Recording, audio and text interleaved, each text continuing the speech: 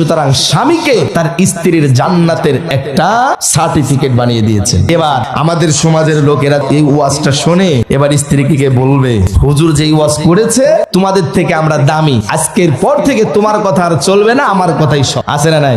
আবার যদি এইটা বলেন তাহলে কিন্তু স্ত্রীর সাথে আবার ঝগড়া লাগবে না? লাগবে না। এবার আল্লাহ রাসূল সাল্লাল্লাহু আলাইহি ওয়াসাল্লাম জানতেন যে স্বামী যারা আছে তারা এই ধরনের চরিত্রের হবে, সুতরাং তাদেরকেও আমি বলে দিচ্ছি আশিরুহুন্না বিল মারুফ, তারাও যেন তাদের স্ত্রীদের সাথে ন্যায়সঙ্গত আচরণ করে, তাদের হকগুলোকে পরিপূর্ণভাবে আদায়। 3 দিন পর্যন্ত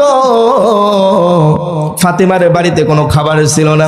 হযরতে হাসান কান্দে, হযরতে হুসাইন কান্দে, মাগো 3 দিন চলে যায় কোনো খাবার নাই।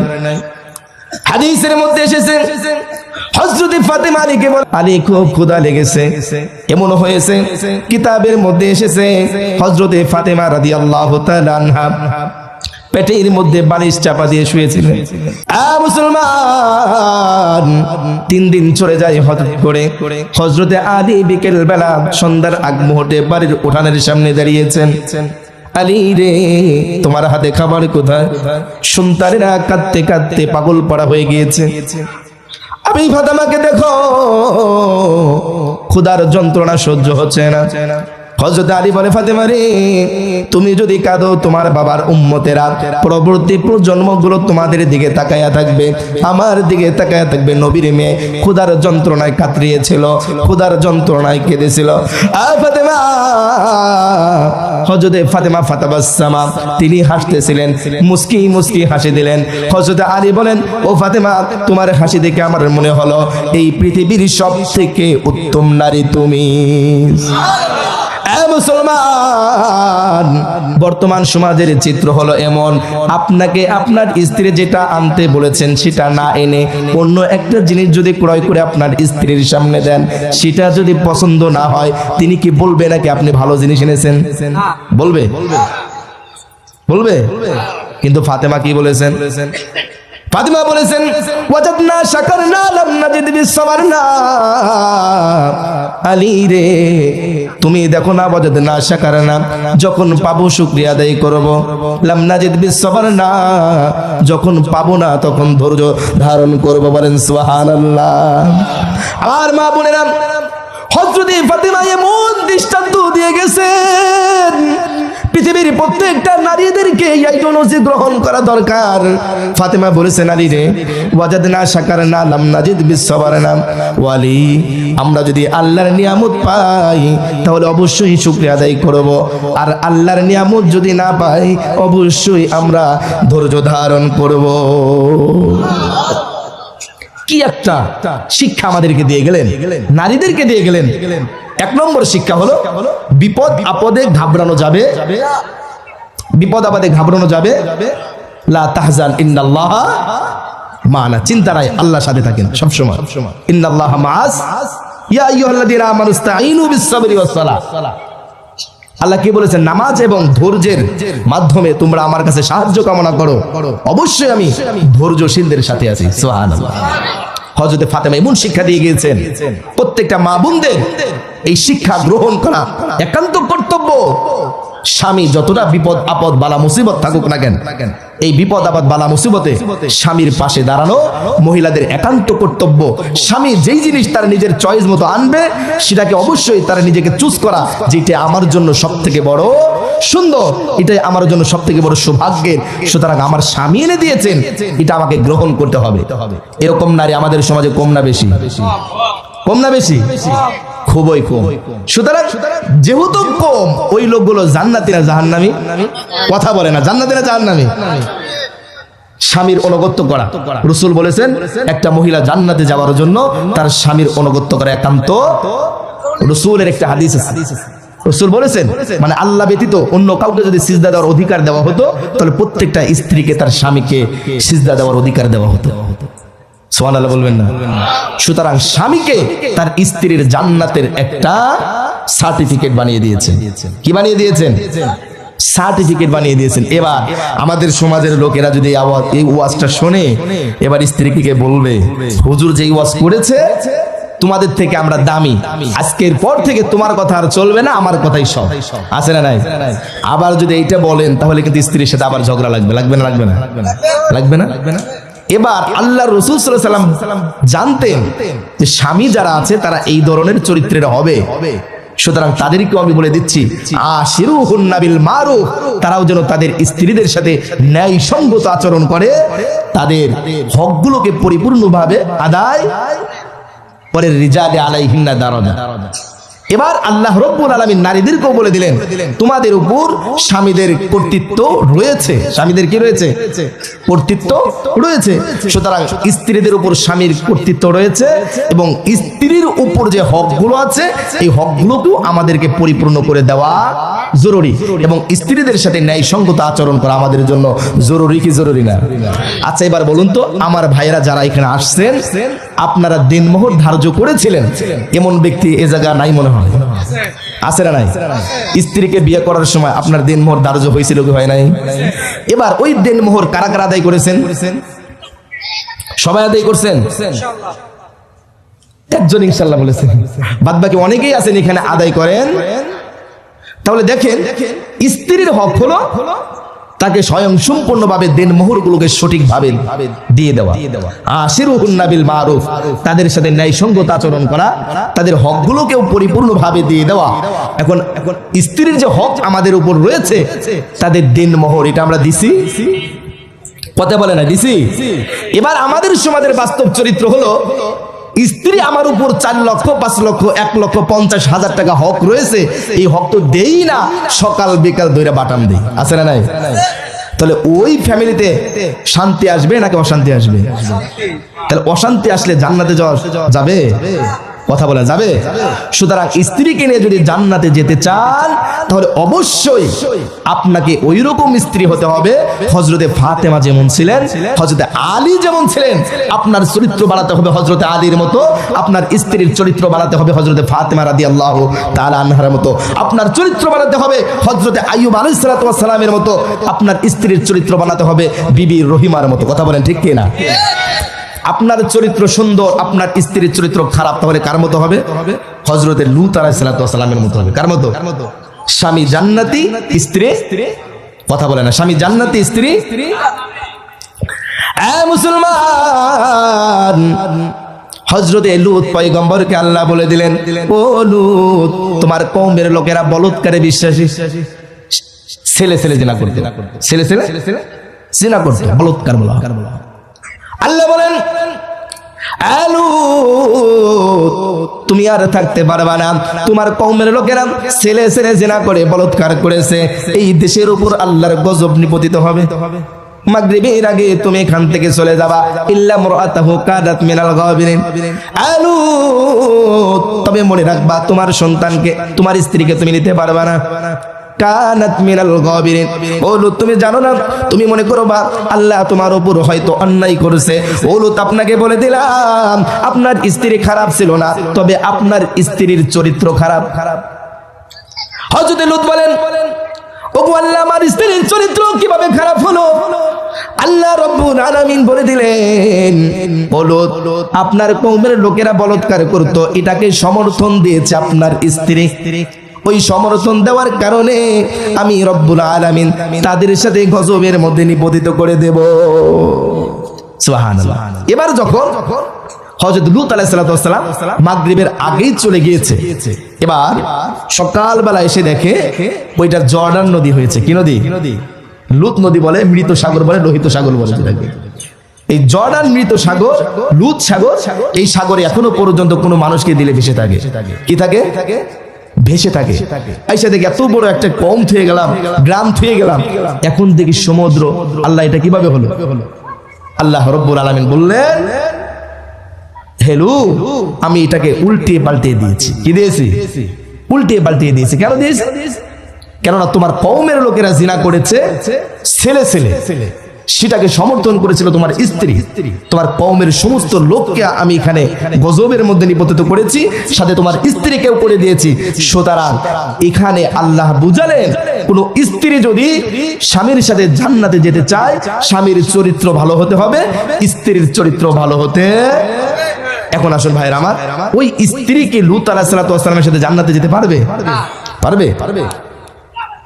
আমার মা বোনেরা, আল্লাহ রাব্বুল আলামিন কুরআনুল কারীমের মধ্যে বলেছেন, কোন নারীর ভিতরে যদি দুইটা চরিত্র থাকে, এক নম্বর হলো গীবত করা, দুই নম্বর হলো চগলখুরি করা, এটা আপনার স্ত্রীর মাঝে আছে না নাই?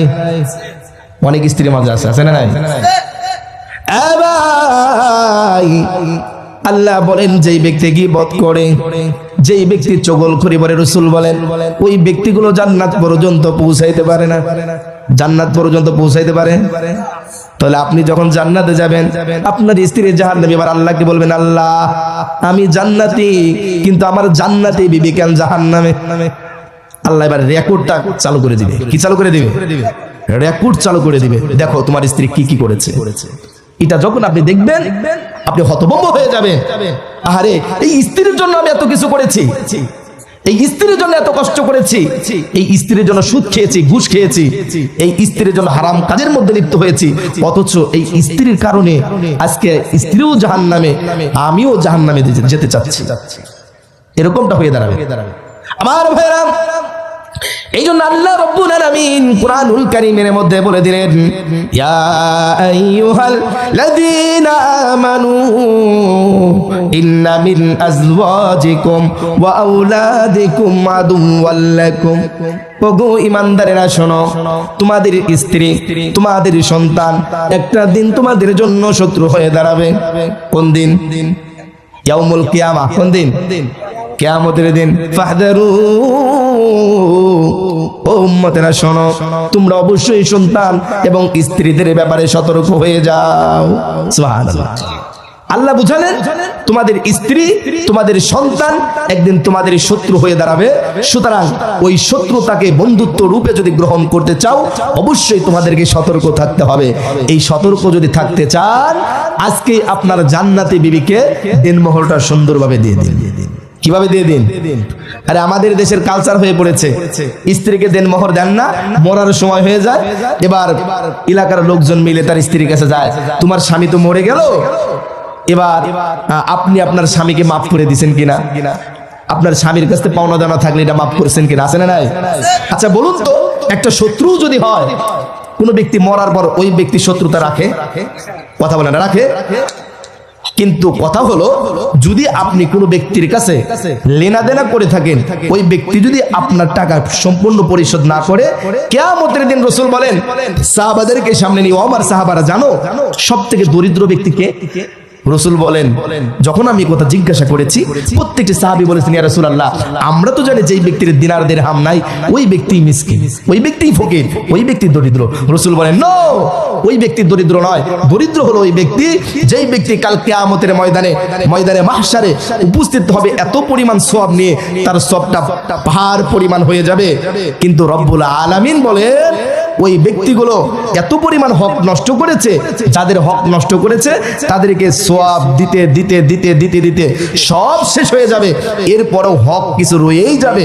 ওই ব্যক্তিগুলো ধরবে, এবার তিনি অন্যজনের কাছ থেকে ধার করবে, আল্লাহর কাছ থেকে ধার করবে, আল্লাহ কিছু সওয়াব দাও, গুনার পরিবর্তে আপনি আমাকে জাহান্নামে নিয়েন, এর পরিবর্তে কিছু সওয়াব দাও, ওদেরকে দিতে হবে। নাউজুবিল্লাহ বলবেন না? তাহলে আমার ভাইরা, আপনি যে স্ত্রীর হক নষ্ট করছেন, আপনি যে সন্তানের হক নষ্ট করছেন, আপনি আপনার ভাইয়ের হক নষ্ট করেছেন, এই নষ্ট করলে জান্নাত পর্যন্ত যাওয়া যাবে? আপনার ভাইদের কিনে জান্নাত পর্যন্ত পৌঁছানো যাবে? আপনার স্ত্রী নিয়ে জান্নাত পর্যন্ত পৌঁছানো যাবে? আরেকটি কথা, রাসূল বলেন, শুধুমাত্র এটা নয়, আমি রাসূল বলে দিলাম, ও পৃথিবীর মানুষেরা, তোমরা যদি স্ত্রী এবং বিবি বাল বাচ্চা কিনে জান্নাতে যেতে চাও, অবশ্যই তোমাদেরকে মনে রাখতে হবে, দাইয়ুস হওয়া যাবে। দাইয়ুস হওয়া যাবে। লা ইয়াদখুলুনাল জান্নাতা, লা ইয়াদখুলুনাল জান্নাতা হাত্তা আবাদাদ দাইয়ুস। দাইয়ুস কখনো জান্নাতে যেতে পারবে? দাইয়ুস কারা? আদ-দাইয়ুসুল্লাযী ইউকিররু। দাইয়ুস বলা হয় ওই ব্যক্তিকে যেই পুরুষের অধীনে যতগুলো মহিলা রয়েছে, মেয়ে হোক, স্ত্রী হোক, নাতিন হোক ইত্যাদি, তার অধীনে অধীনস্থ যেই নারী রয়েছে, অথবা তার সন্তান ছেলে রয়েছে, নাতি রয়েছে, ওই অধীনস্থ লোকরা যদি কোনো শরীয়ত বরখেলাপ করে, পর্দা খেলাপ করে চলাফেরা করে, আপনার স্ত্রী দেবরের সাথে অপেনে কথা বলে, ভাসুরের সাথে অপেনে কথা বলে, আপনার স্ত্রী পর পুরুষের সাথে অপেনে কথা বলে, আপনার কন্যা পর পুরুষের সাথে অপেনে কথা বলে, আল্লাহর রাসূল বলেন ওই অধীনস্থ ব্যক্তিগুলোর কারণে যেই লোকের অধীনে লোক রয়েছে, যেই পুরুষের অধীনে লোক রয়েছে, ওই পুরুষটা হলো দায়ুস। ওই পুরুষ কখনো জান্নাতে যেতে পারবে, কথা বলে না, জান্নাতে যেতে পারবে। তাহলে বলুন তো আমাদের এখানে কয়জন পুরুষ আছেন তাদের অধীনস্থ কন্যা, তাদের অধীনস্থ স্ত্রী, তাদের অধীনস্থ নাতনি এগুলো পর্দায় থাকে? বুকে হাত রেখে কে কে বলতে পারবেন 100%, 100% পর্দায় থাকে? পারে না। তাহলে আপনি তো দায়ুস, আপনার ব্যাপারে তো রাসূল বলেছেন ওই ব্যক্তিগুলো জান্নাতি না। এবার আপনার স্ত্রী, যেই স্ত্রী পর একজন পুরুষের সাথে কথা বলে, ওই মহিলা কিভাবে তার পুরুষের সাথে জান্নাতে যেতে চায়? পারবে না। সুতরাং হযরত ফাতেমার মতো হতে হবে। কার মতো? তিনি ইন্তেকাল করেছেন, ইন্তেকালের পরও বলেছেন রাসূল আমি যদি মরে যাই, বেশি লোককে দাওয়াত দিতে নিষেধ করেছেন যে আমার লাশটা কতটুকু ছিল আমাকে রাত্রিকালীন সময় দাও, কি করবা, দাফন করে দাও। কেন? যাতে মানুষ এটা না বোঝে যে এতটুকু বড় ছিলাম, এতটুকু মোটা ছিলাম, আমার বডি এরকম ছিল, এরকম ছিল, যাতে করে মানুষ না বুঝে। সুতরাং ফাতেমা, হযরত আয়েশা, হযরত সুমাইয়া যেইভাবে চলেছেন, তাদের আইডিওলজি আপনি যদি গ্রহণ না করতে পারেন, আপনি যদি ওরিয়েন্টালিজম ইসলামকে গ্রহণ করেন, মডারেট ইসলাম, সম্পূর্ণ জায়গা বন্ধ, মুখটাকে খোলা রাখবেন, আপনি মনে করুন এই ঢাকার শহর সব জায়গা অবরোধ চলবে, শুধুমাত্র ঢাকার সিটিটা খোলা থাকবে, তাহলে কি এই দেশ অচল হবে? কথা বলেন, অচল হবে? সারা দেশ খোলা, ঢাকার শহর বন্ধ, সারা দেশ অচল। কথা বলেন ঠিক কিনা? সুতরাং এই চেহারা হলো একটা ঢাকার শহর, কি শহর? আর আপনার বাদ বাকি হলো এটা স্বাভাবিক অন্য জায়গা, ঢাকা ছাড়া। সুতরাং এই ঢাকার সিটিকে যদি আপনি বন্ধ করে দেন, পুরো বডিটাই, কথা বলে না, বন্ধ। কিন্তু আমাদের মডারেট ইসলাম, পশ্চিমা বিশ্বে, পশ্চিমা সভ্যতা, আমাদের ডোনাল্ড ট্রাম্প বলেন ইত্যাদি, বারাক ওবামা বলেন, বারাক ওবামা না ওনার নাম, ওই বারাক ওবামা উনি মডারেট ইসলাম, মডারেট মুসলমান। তাদের কথা হলো একজন মহিলার পর্দা হলো শুধুমাত্র বডিটা, কোনটা? মুখটা খোলা থাকবে। এরকম পর্দা নিশি মহিলা যদি আমাদের সমাজে থাকে, ওটা হলো মডারেট ইসলাম। এই মডারেট ইসলাম গ্রহণ করে কোনো ব্যক্তি জান্নাত পর্যন্ত পৌঁছাইতে পারে। সুতরাং দায়ুস থেকে বাঁচার দরকার আছে না নাই? দায়ুস থেকে বাঁচতে চাইলে অবশ্যই আপনার মা বোন যারা আছেন, আপনার স্ত্রী যিনি আছেন, কন্যা যিনি আছেন, তাদেরকে বলে দিবেন, ও কন্যা, ও আমার স্ত্রী, আজকের পর থেকে তুমি যদি পর কোনো পুরুষের সাথে কথা বলো, আমি বলে দিলাম আমার বাড়িতে তোমার ভাত নেই, আমার বাড়িতে তোমার জায়গা নেই, সুতরাং ভালো হয়ে যাও। এরপরও যদি গুনাহ করে, সেই ক্ষেত্রে আপনার দায়ভার থাকবে না। সুতরাং জান্নাতে যেতে চাইলে দায়ুস হওয়া যাবে। তাহলে বলতেছিলাম হযরত লূত আলাইহিস সালামের কথা। তিনি জান্নাতি, কিন্তু তার স্ত্রী কোথায়? জাহান্নামে। কেন জাহান্নামী? তার স্ত্রীর চরিত্রটা খারাপ ছিল। এই জন্য আমার মা বোনেরা, আপনাদেরকে বলবো, আপনি যদি আপনার স্বামীর সাথে জান্নাতে যেতে চান, অবশ্যই আপনাকে হযরত ফাতেমা, হযরত সুমাইয়া, হযরত আসিয়া, হযরত মা হাওয়া আলাইহিস সালাম এর আইডিওলজি গ্রহণ করতে হবে, মতাদর্শ গ্রহণ করতে হবে, তাদের দৃষ্টিভঙ্গি আপনাকে অবশ্যই গ্রহণ করতে। তাহলে ভাইরা আমার, আমরা আলোচনায় আবার চলে যাই। আমার ভাইরা, তাহলে বলতেছিলাম যারা মুসলমানিয়ত্ব গ্রহণ করেছে, তাদের ঈমান, তাদের মুসলমানিয়ত্ব যদি আমরা গ্রহণ করতে পারি, তাদের মতাদর্শ যদি গ্রহণ করতে পারি, তারাও যেভাবে জান্নাতের মধ্যে থেকেছেন, আমরাও জান্নাতি। কথা বলেন ঠিক কিনা?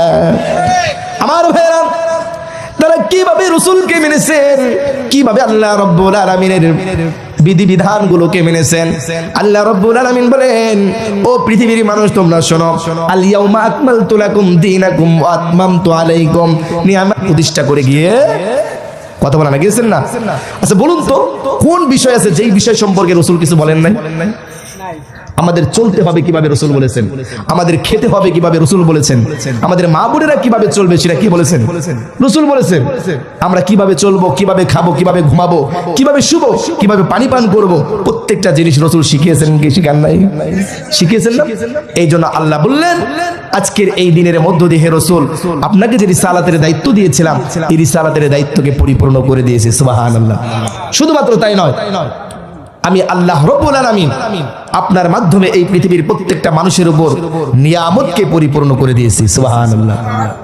সুতরাং আজকে আমাদের যে স্ত্রী এটা আল্লাহর দেওয়া কি কথা বলে না কি, আজকে আমাদের সন্তান এটা আল্লাহর দেওয়া, এই নিয়ামতকে পরিপূর্ণ করেছেন কার মাধ্যমে কথা বলে না, কার মাধ্যমে? রাসূলের মাধ্যমে। কার মাধ্যমে? রাসূলের মাধ্যমে। এটা আল্লাহ তাআলা সূরা মাইদার 3 নং আয়াতের মধ্যে বললেন। এখন আসুন ভাইরা আমার, আপনার প্রশ্ন হতে পারে হুজুর এই পৃথিবীর বুকে আল্লাহ তাআলা প্রত্যেকটা জিনিসের নিয়ামতকে পরিপূর্ণ করে দিয়েছেন রাসূলের মাধ্যমে, এটা কিভাবে? এটা কিভাবে? এই পৃথিবীতে যত নিয়ামত দেখেন এই প্রত্যেকটা নিয়ামত আল্লাহ পরিপূর্ণ করে দিয়েছেন। এর 1 নম্বর ব্যাখ্যা হলো এই পৃথিবীতে অসংখ্য নবী এসেছে, আমাদের রাসূল ছাড়া কোন নবী তার রিসালাতের দায়িত্ব তাকে দেওয়া আল্লাহর দায়িত্ব পরিপূর্ণভাবে পৃথিবীতে বিস্তার করতে পারেন, কিন্তু আমার রাসূলকে সময় কম দিয়েছেন। এই অল্প সময় এত পরিমাণ নিয়ামত আল্লাহ দিয়েছেন, এই অল্প সময়ের মধ্যে সারা পৃথিবীতে আল্লাহর দেওয়া রিসালাতের দায়িত্ব পরিপূর্ণভাবে পালন করেছেন। সুতরাং সেই রাসূলের আমরা উম্মত। এবার আল্লাহ বলেন কুল ইন কুনতুম তুহিব্বুনাল্লাহ ফাত্তাবিউনি ইউহিব্বুকুমুল্লাহ, যদি তোমরা একসাথে জান্নাতে যেতে চাও তাহলে অবশ্যই রাসূলের ইতিআত করতে হবে। কথা বলে ঠিক কিনা? আতিউর রাসূল ফাকাদ আতাআল্লাহ। রাসূল সাল্লাল্লাহু আলাইহি সাল্লামের অনুগত যে ব্যক্তি করবে আল্লাহ রাব্বুল আলামিনের অনুগত হয়ে যাবে। সুতরাং রাসূলের অনুগত করা মানে আল্লাহর অনুগত করা। আমার ভাইরা, আল্লাহর রাসূলের সাহাবী হযরতে হানজালা রাদিয়াল্লাহু তাআলা আনহু হঠাৎ করে খবর পেয়েছেন রাসূল উহুদের জমিনে নিহত হয়েছেন, শহীদ হয়েছেন। হযরতে হানজালা বলেন নববিবাহিত আমি ছিলাম, কেবলমাত্র বিবাহ করেছি, বাসর ঘর থেকে বের হয়ে আমি সবেমাত্র গোসল করতে যাব।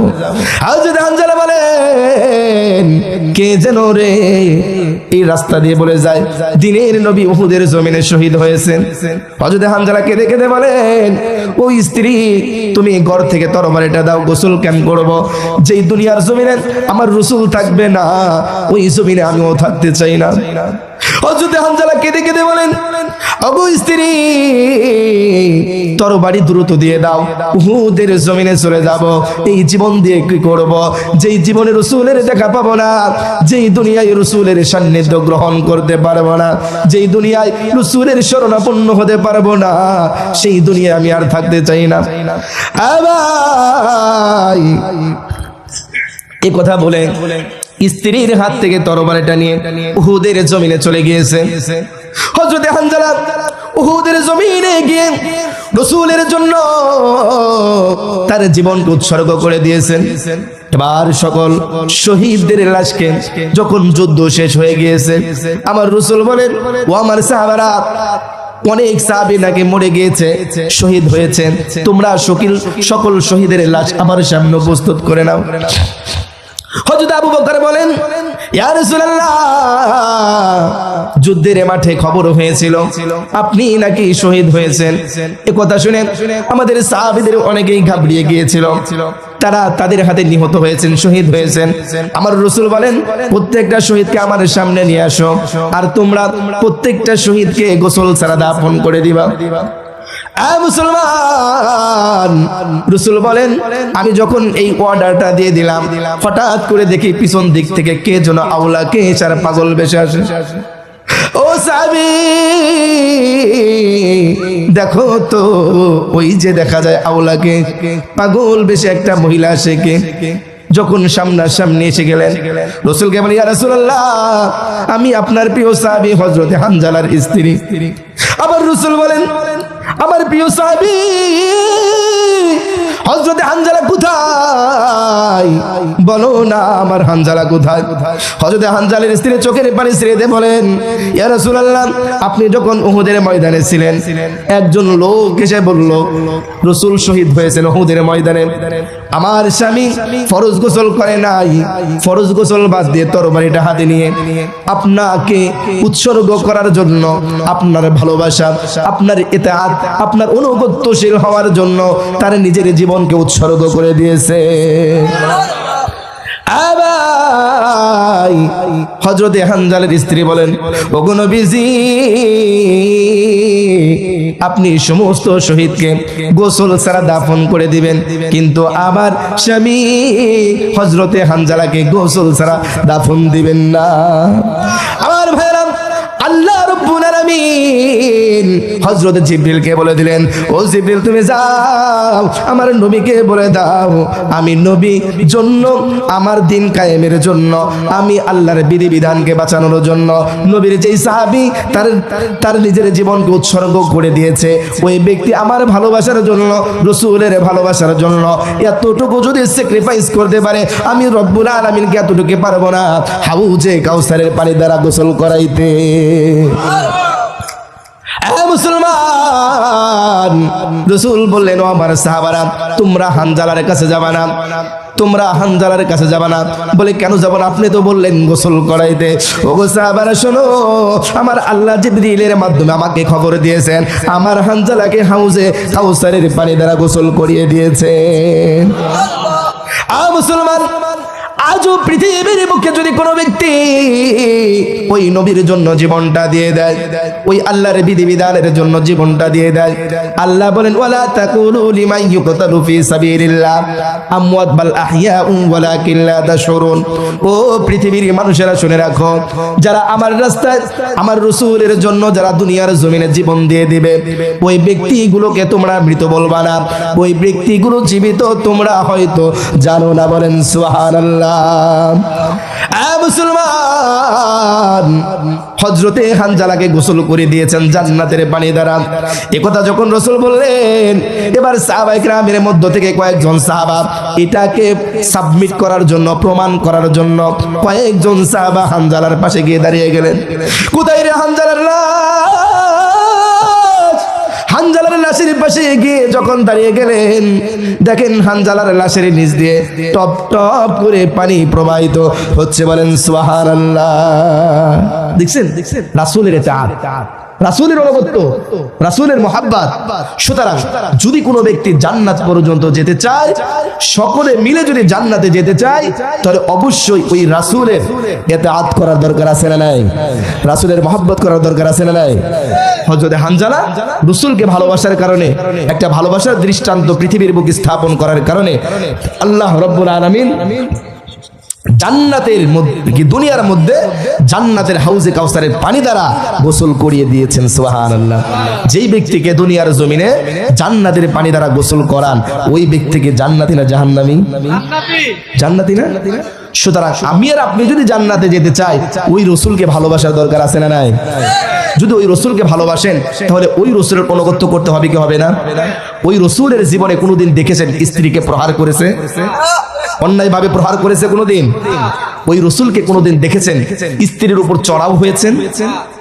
হযরত মা আয়েশা সিদ্দিকা রাদিয়াল্লাহু তাআলা আনহা বলেন, আমরা একবার ঘরের মধ্যে ছিলাম, হুজরার মধ্যে।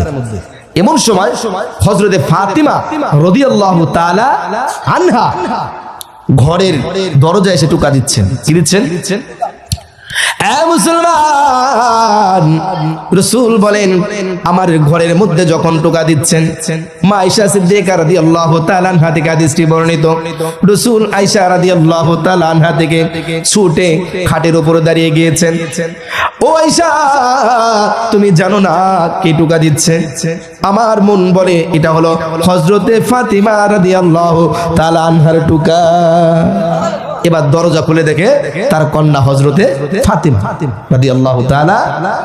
এবার হযরতে ফাতিমা বলতেছেন, বাবা শুনলাম আপনার কাছে হাদিয়া তোহফা আসছে, আমরা অনেকদিন যাবতীয় তো না খেয়ে, বাবা আপনি কিছু হাদিয়া আমাদেরকে দেন না, আমরা খাবো। রাসূল বলছেন, ও মা, তুমি হাদিয়া দিবা আজকে আমার কাছ থেকে, দুদিন পর তো ফুরে যাবে, এরপর কোথা থেকে নিবে? বলে তাও তো কথা ঠিক। এবার বাবা বললেন, শোনো, আজকের পর থেকে যখন তুমি ঘুমাতে যাবে 33 বার সুবহানাল্লাহ, 33 বার আলহামদুলিল্লাহ, 34 বার আল্লাহু আকবার যদি তুমি পড়ো, আল্লাহ কর্তৃক তোমার রিজিকের ফয়সালা করে দিবে। সুবহানাল্লাহ বলবেন না? আচ্ছা, আমি আর আপনি যদি হতাম, ওইখানে কন্যাকে কি করতাম? অন্যের হক অন্যের জন্য যে অনুদানটা এসেছে ওই অনুদানটা মেয়েকে দিতাম কি দিতাম না? আমাদের দেশের চেয়ারম্যান মেম্বারকে দেখেন না, ওটা কি ওর বাবার সম্পদ? ওর ভাইদেরকে দেওয়ার জন্য দিছে? ওটা দেয় কাদেরকে? তার আত্মীয় স্বজনকে দেয়, কিন্তু যারা পাওয়ার হকদার তাদেরকে দেয়। আমার রাসূল বলেছেন এটা তোমার হক নয়, এটা আমার গরিব উম্মতদেরকে দিয়েছেন। সুতরাং আজকে যদি তোমাকে আমি দিয়ে দেই, আজকে যদি আমি তোমাকে দিয়ে দেই, দুদিন পর ফুরে যাবে, আবার আসবে। সুতরাং এমন একটি আমল তোমাকে শিখিয়ে দিলাম, এই আমলটা যদি তুমি করো, রিজিকের ফয়সালা স্বয়ং আসমানওয়ালা করে দিবে। সুতরাং ওই রসুলের আইডিওলজি আমাদেরকে গ্রহণ করতে হবে, ওই রসুলের মতাদর্শ গ্রহণ করতে হবে, ওই রসুলের অনুগত্য আমাদেরকে করতে হবে। যেইভাবে তিনি তার স্ত্রীর সাথে ব্যবহার করেছেন, তার স্ত্রীরাও তার সাথে যেমন ব্যবহার করেছেন, এরকম ব্যবহার নিয়ে যদি আমরা কবর পর্যন্ত পৌঁছাইতে পারি, তাহলে অবশ্যই আমরা স্বামী স্ত্রী উভয়ই জান্নাতি। আল্লাহ বলেছেন আলহাকনা বিহিম যুররিয়াতাহুম, তাদের সন্তান পরিবার আহাল পরিবার পরিজন একত্রবদ্ধ করে আমি জান্নাতের মধ্যে মিলিয়ে দেব। সুবহানাল্লাহ। আল্লাহ তাআলা আমাদের সকলকে আল্লাহ যেমন চান তেমন স্বামী হওয়ার তৌফিক দান করুন, আল্লাহ যেমন চান তেমন স্ত্রী হওয়ার তৌফিক দান করুন, আল্লাহ যেমন সন্তান চান তেমন সন্তান হওয়ার তৌফিক দান করুন, আল্লাহ যেমন বাবা চান তেমন বাবা হওয়ার তৌফিক দান করুন। ওয়া আখির দাওয়ানা আলহামদুলিল্লাহি রাব্বিল আলামিন। আসসালামু আলাইকুম ওয়া রাহমাতুল্লাহি ওয়া বারাকাতুহু।